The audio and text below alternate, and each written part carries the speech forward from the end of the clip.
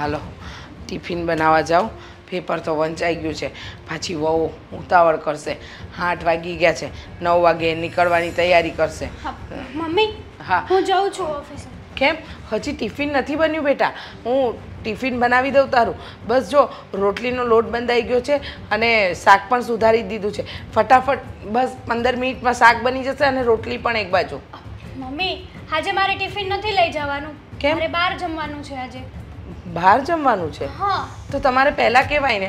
મેં તો કેટલો બધો લોટ બાંધી દીધો, તમારો, મારો ને દેવાંગનો. ચાલો કંઈ વાંધો નહીં, ચિંતા નહીં કરો. હા બાજુમાં દામિની છે ને, એને ત્યાં આપી આવીશ. એને 6-7 રોટલી અને થોડુંક શાક આપી આવીશ. મમ્મી થોડીક તો શરમ કરો. હા અમે લોકો મહેનત કરીએ છીએ અને તમે આટલો લોટ બાંધીને બાજુવાળાને ધરવો છો. શરમ નથી આવતી? વાહ સરસ. હા કોઈકને એટલે કે પાડોશી સાથે વાડકી વ્યવહાર કરીએ એને ધરવું કહેવાય? કેમ આવો સ્વભાવ છે હેતલ વહુ તમારો? મમ્મી હા વાટકી વ્યવહાર ના કહેવાય. હા તો એવું થાય કે આપણા ઘરમાં નુકસાન થાય ને એ લોકોના ઘરમાં ફાયદો થાય. હા તમે એને લોટ આપશો, એના ઘરમાં એટલા ઘઉં બચી જશે અને આપણા ઘરમાંથી એટલા ઘઉં વેડફાઈ જશે. અરે પણ હા તો પાડોશી ધર્મ કહેવાય. ક્યારેક એમની આપણને એમની જરૂર પડે અને આ લોટ વધ્યો છે તો વાસી લોટની રોટલી તો આપણા ઘરમાં કોઈ ખાતું નથી, તો ભલે ને હું 6-7 રોટલી બનાવીને આપી દઉં. સાચું કહું ને તો આ તમારો એક દિવસનો નથી, આ 365 દિવસ તમે આ જ કરો છો. ક્યારેક શાક વધારો, ક્યારેક લોટ વધારો, ક્યારેક ભજીયા વધારો. હા તમને ખબર છે આ થોડુંક શાક આપો એમાં 5-6 રોટલી આપો તમે. હા નુકસાન તો આપણે જ થવાનું છે. અરે એવું નથી, એ લોકો 2-3 જણ છે ઘરમાં. હવે એ લોકોને કદાચ આપણે વાડકી વ્યવહાર કરી નાખ્યો તો શું ફરક પડે? અને તમને ખબર છે ખાસ વાત એ, હા દામિની પણ પણ બનાવે ને આપણે ત્યાં મોકલે છે. હવે જો ગઈકાલે પણ આપણે ત્યાં એને કંઈક તુવેરની દાળની અલગ રેસીપી બનાવી તો મને વાડકો ટેસ્ટ કરવા મોકલી. એ લોકો મોકલે ને એ આપણે લઈ લેવાનું, પણ આપણા ઘરમાંથી એ લોકોના ઘરમાં વસ્તુ ના જવી જોઈએ. અને તમે થોડુંક માપમાં રસોઈ બનાવતા શીખો ને હવે. હા તમને મારે કહેવાનું પણ દેવાંગ કમાય અને તમે બેઠા બેઠા ઉડાડો. અરે પણ ક્યાં હું એ લોકોને કંઈ ખોટું વધારે આપું છું? કેવી વાત કરો છો તમે? જો હેતલવો હવે પડોશમાં રહે છે તો ક્યારેક આપી પણ દીધું તો શું ફરક પડે? આપી દીધું તો શું ફરક પડે? કેટલા પૈસાનો બગાડ થાય ખબર છે તમને? આ રોટલીમાં એક વસ્તુ નથી જવાની, તેલ મીઠું બધું જવાનું અને શાકમાં પણ બધો મસાલો જવાનો જ છે. અને તમે ચમચી ભરીને તો મસાલા નાખતા હશો. તમે જ કહો છો કે મારા હાથની રસોઈ સારી થાય છે તમારા કરતાં પણ. હા આજ સુધી તમે કોઈ દિવસ રસોડામાં પગ મૂક્યો છે? નથી મૂક્યો, એટલે જ કહું છું કે માપનું બનાવતા શીખો. હા અમે લોકો બહાર નોકરી કરી અને તમે વાહે 1 રૂપિયા વધવા નહીં દો. મને તો એવું જ લાગે છે. હા રોડ ઉપર લાવી દેશો બધાને. શું કામ રોડ પર લાવો? તમે મારી વહુ અને દીકરા છો તો હું મારા દીકરાને રોડ પર લાવું? અને આવું કોણે કહ્યું કે વાડકી વ્યવહાર કરવાથી તમે લોકો રોડ ઉપર આવી જશો? હા વાડકી વ્યવહાર છે ને રોજ ના કરાય. વર્ષમાં 2 વર્ષમાં એકવાર કરો ને તો ચાલે. અને વાટકી વ્યવહાર એ તો ખાલી કહેવાય વાટકી વ્યવહાર, બાકી તો તમે અહીંયાથી તપેલા ભરીને આપો છો, મને બધું દેખાય. અરે ક્યારે વધારે આપ્યું? હા આ પાઉંભાજી બનાવી હતી તો દામિનીને મારા હાથની પાઉંભાજી બનાવી છે એટલે નાની તપેલી ભરીને આપી હતી અને એની સાથે 12 પાઉં આપ્યા હતા. તો એમાં શું ખોટું થયું? તમારી માટે શું ખોટું થયું? બહાર જઈને મહેનત તો કરો, ખબર પડે કે રૂપિયો કેમ આવે. જો હેતલવો મારો સ્વભાવ પહેલેથી આવો છે. કોઈને ખવડાવું ને એમાં મારું મન રાજી. મને કોઈનું ખાઈને રાજી રહેવામાં નથી ગમતું. તો તમે ખોટી આવી જીદ ન કરો ને તો સારું. હું જીદ નથી કરતી. તમે છે ને આ તમારો સ્વભાવ સુધારી નાખજો. જો આવો સ્વભાવ રહેશે ને તો બધા ભૂખ ભેળા થઈશું એક દિવસના સમયે. બરાબર છે, એકદમ સાચું કહ્યું. જો હેતલવો હા પડોશમાં રહીએ ને તો પડોશીની જરૂર પડે બેટા, એટલે આવો સ્વભાવ નહીં રાખવાનો. એ જે હોય જરૂર પડે કે ના પડે, પણ તમે છે ને આ વાટકી વ્યવહાર કરવાનું બંધ કરી દેજો. શું? અને આમ વિચિત્ર મોઢું કરવાની જરૂર નથી. જે છે ને એ સાચું જ છે. સાચું? આમાં તમે સાચું શું કહ્યું? જુઓ ખોટું ન લગાડતા પણ આ વાડકી વ્યવહાર બંધ કરી દેવો એ કોઈ તમારો યોગ્ય નિર્ણય નથી. હા તમારે વહીવટ કરવાની જરૂર નથી. પૈસા અમે લોકો કમાઈએ છીએ ને તો અમારે શું કરવું ને શું નહીં અમે લોકો જોઈ લેશું. તમે બસ ખાલી આટલું કરશો ને તોય તમારી બહુ મહેરબાની થશે. હા હું જાઉં છું. તૈયાર તો થઈ ગયો હવે જલ્દી જલ્દી નાસ્તો પાણી કરીને જાઓ ઓફિસે. સીધ જાવ છો? ઓફિસે જવા નીકળતો હતો. સરસ. હા, મારે તમારું કામ હતું. બોલે, શું કામ હતું મારું? કાલે તમારી પાસે સોસ મંગાવ્યો હતો, કેમ ન લાવ્યા? સોસ? હમ. હા, ભૂલી જ ગયો. સાલું યાદ જ ના રહ્યું કે ઘરે સોસ લઈને જવાનું છે. હા. પણ કાલે સોસ ભૂલી ગયો એ વાત અત્યારે શું કામ યાદ અપાવે છે? મને અત્યારે યાદ આવ્યું. મેં જોયું ને કે તમે સોસ તો લાવ્યા જ નહોતા, એટલે થયું કે પૂછી લઉં લાવ્યા છો કે ભૂલી ગયા. પણ મને ખબર હતી કે તમે કઈ લાવશો તો નહીં. એ ભૂલી ગયો કે તને સોસ અને ખાખરા ખાવાની ટેવ છે. સવારમાં સોસ અને ખાખરા ખાય છે. અરે પણ હું હમણાં સોસાયટીના નાકેથી લઈ આવી દઉં છું. બસ. સરસ. હર વખતે આવી રીતના બાના કાઢવાના. એક તો વસ્તુ મંગાવીએ એ કોઈ દિવસ ઠેકાણા વગરનું લાવે તો નહીં. આ રીતે યાદ કરીને કોઈ પણ વસ્તુ લાવ્યા છો તમે ઘરમાં? ના ના, એવું નથી. ભૂલી જાઉં છું એટલે નથી લાવ્યો. સોરી. તમને કહેવાની ને તો મારી એક મજબૂરી છે. આ હું રાતે લેટ છૂટું ને એટલે મારે લેટ થઈ જાય છે ઘરે પહોંચવામાં. નહીંતર આજ તમને કોઈ બોલાવે નહીં. શું ના બોલાવે? મેં ભલે એવો શું ગુનો કર્યો છે? હા, વાતે વાતે ક્યારની સંભળાવે છે. હવે થાય માણસ શું, કઈ રોબોટ થોડો છું કે મને બધું યાદ રહે? માણસ હોય ને 6 મહિને 3 મહિને એકવાર ભૂલ કરે ને એને ભૂલ કરી કહેવાય. આ જાણી જોઈને રોજ કરે ને એને ભૂલ ના કહેવાય. અરે ભૂલ થઈ ગઈ માતાજી, તમે કહીશો એમ કરીશ. હવે બોલો શું કરું? આનો પ્રાયશ્ચિત કરવા માટે મારે શું કરવું પડશે? તમારી મમ્મીને સમજાવવા પડશે. લે, આ સોસ ના લાવ્યો એમાં મારે મમ્મીને શું કામ સમજાવવાના? સમજાવવી તો તને પડે ને કે સોસ ભૂલી ગયો છું એમ.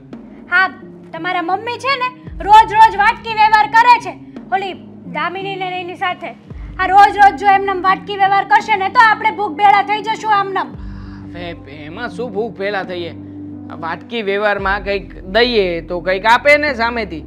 આપણી ઘરે કંઈક નવીન બનાવ્યું હોય તો આપણે આપી આવીએ, એની ઘરે નવીન હોય તો એ આપી જાય છે ઘણી વાર. એક દિવસની વાત નથી, રોજની વાત છે. આજે હું ટિફિન ના લઈ ગઈ એટલે મમ્મીએ રોટલીનો લોટ વધારે બાંધી દીધો અને મને કે સારું કઈ વાંધો નહીં, હું દામિનીને ત્યાં રોટલી આપી આવીશ. ગેસ આપણો બળે, રોટલીનો લોટ આપણો.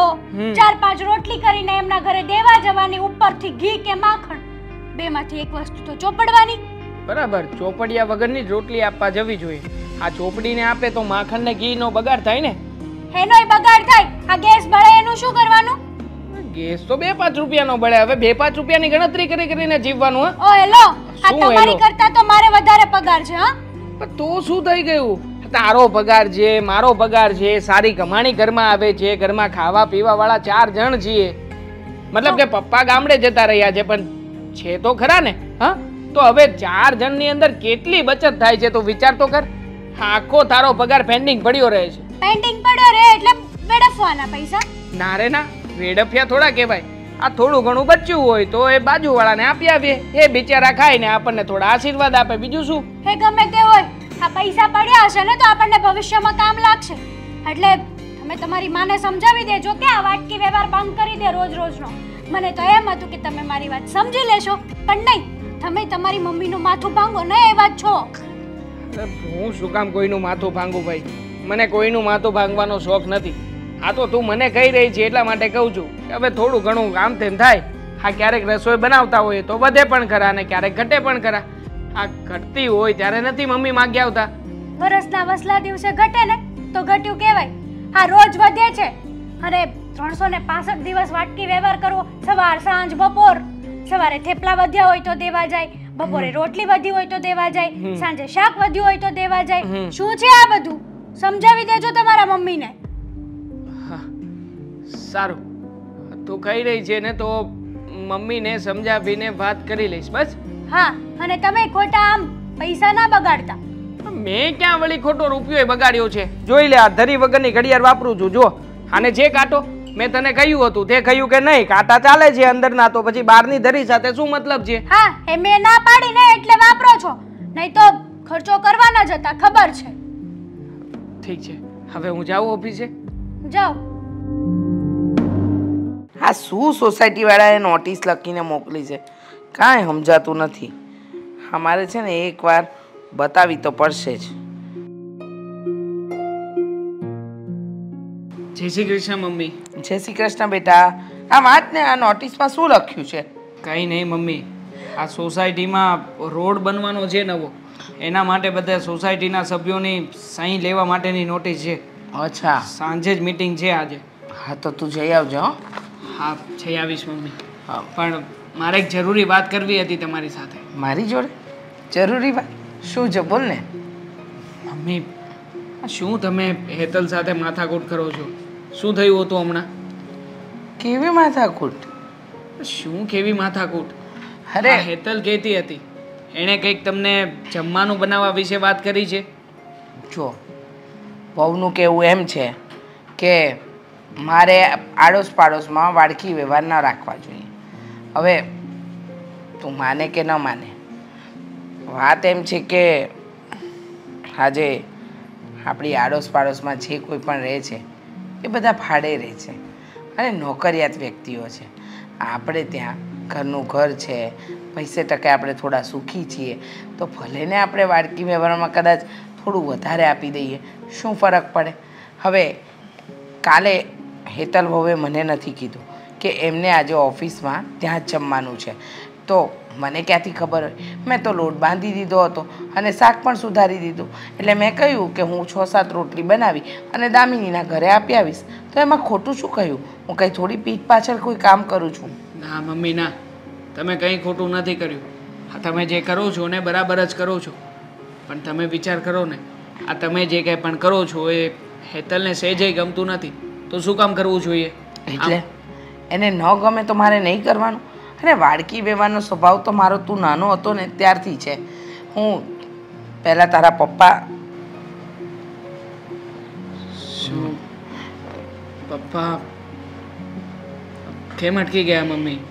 પહેલાં તારા પપ્પા હતા, એટલે કે આપણી સાથે રહેતા હતા. હવે તો એ પણ ગામડે જતા રહ્યા છે, આપણી સાથે નથી રહેતા અને ત્યાં ખેતીનું સંભાળે છે. તો એમનો પણ મારા જેવો સ્વભાવ હતો, એકલા ક્યારેય નથી ખાધું એમને. અને આપણે જ્યારે ગામડે રહેતા ત્યારે પણ આપણે એકબીજાને હળી મળીને ખાધું છે. મમ્મી, સમજી શકું છું બધી વાતોને, પણ પહેલાંનો સમય ને અત્યારનો સમય બહુ જુદો છે. અને એમાં આ હેતલ છે ને ભણેલી ગણેલી ને અત્યારના સમયની બહુ છે. એને છે ને આવી રીતે તમે બધી વસ્તુઓને વેસ્ટ કરો ને એ જરાય ગમતું નથી. અને આમ પણ પ્રેક્ટિકલી વિચાર કરો તો આ ઘરમાં સૌથી વધારે પગાર કોનો છે? મારા કરતાં પણ વધારે પગાર હેતલ લઈને આવે છે. પછી ઓબ્વિયસલી મમ્મી હેતલ કહે એમ જ થવું જોઈએ ને ઘરમાં. આમ તો મને યાદ છે ને ત્યાં સુધી તારા પપ્પા થઈને 4 ભાઈઓ, અમે બધા સાથે રહેતા. તારા પપ્પા એક જ કામ કરતા, મારા બધા દિયર નાના નાના હતા. તો જોવા જઈએ તો તારા પપ્પા કે એટલું જ તારા કાકાઓએ જમવું જોઈએ, નહીં? બરાબર ને બેટા? એવું થોડી હોય મમ્મી. તું એ શીખવાડ્યું ને બેટા, પ્રેક્ટિકલ વાત શીખી રહી છું. સાચું કહું દેવાન, આ પ્રેક્ટિકલ વસ્તુ છે ને તમારા જેવા ભણેલા ગણેલા છોકરાઓને અને આજની પેઢીને શોભે, અમારી પેઢીને નહીં.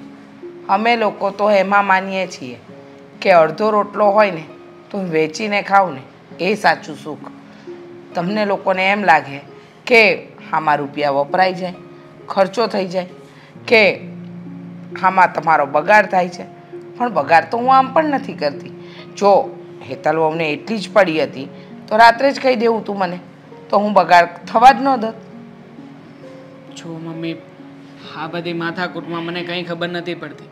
હું તો એટલું જાણું છું કે અમુક વસ્તુઓ જે વેસ્ટ જઈ રહી છે એ ના જ જવી જોઈએ. અને આમાં કંઈ એવી વાત નથી કે હું હેતલનો પક્ષ લઉં છું, તમારા પક્ષમાં નથી. પણ જો એને નથી ગમતું ને તો આપણે નહીં કરવાનું. આમ પણ આ ઘરમાં આપણે સુખેથી રહેવું હોય ને તો પછી આ પત્નીનું કહ્યું પતિએ કરવું જ જોઈએ. નકર અત્યારના સમયમાં પત્નીઓ છોડીને ચાલી જાય છે. અચ્છા, તું નાનો હતો ને ત્યારે હું કહેતી ને એમ કરતો. હવે ઘણો મોટો થઈ ગયો છે મારો દીકરો, પત્ની કહે એમ કરે છે. સમય બદલાઈ ગયો છે મમ્મી. સમય સાથે બદલાતા શીખી જાવ તો વધારે સારું છે. ચાલો હું જાઉં છું અને આ નોટિસનો જવાબ પણ દેતો જઈશ. જય શ્રી કૃષ્ણ.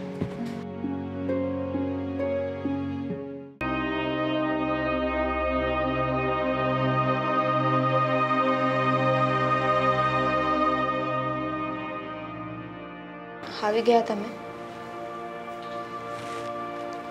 શું થયું છે? મેં કોઈ દિવસ વિચાર્યું નહોતું એવું થયું છે.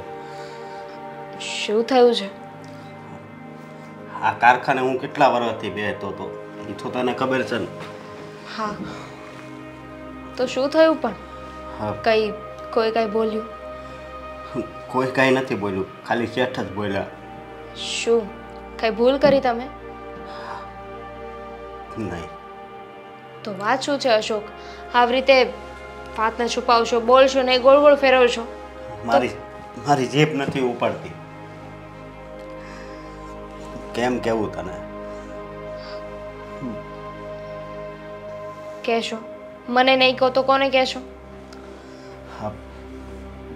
અમારું કારખાનું બંધ થઈ ગયું છે. બંધ થઈ ગયું છે? હા. એટલે કંઈ સમજાયું નહીં મને. હા, અત્યારે 30 ઘંટી હાલતી હતી ને, અને બીજા ખાતામાં કાંઈક 20 ઘંટી હાલે છે. તો આ 30 ઘંટી બંધ કરીને અને ઓલું એક જ ચાલુ રાખવાના છે. પણ ત્યાં મોટા મોટા કારીગર હોય ને એને જ લઈ જઈશ, એટલે મને ના પાડી દીધી. હવે અશોક, પણ એ લોકો આવી રીતે કેમ ના પાડી શકે? એ લોકો એડવાન્સમાં જાણ કરવી પડે, મહિના દિવસનો તો સમય આપવો પડે ને. નહીં, હા, હીરામાં એવું ન હોય. એમાં એ શેઠિયાઓનો બહુ વાંક ન કહેવાય. હવે મંદી હાલે તો એ શું કરે? અશોક, બંધ કરવું તો એને પહોંચાતું ન હોય, પણ હવે નુકસાનીમાં જતું હોય તો એનો પણ કાંઈ વાંક ન કહેવાય ને.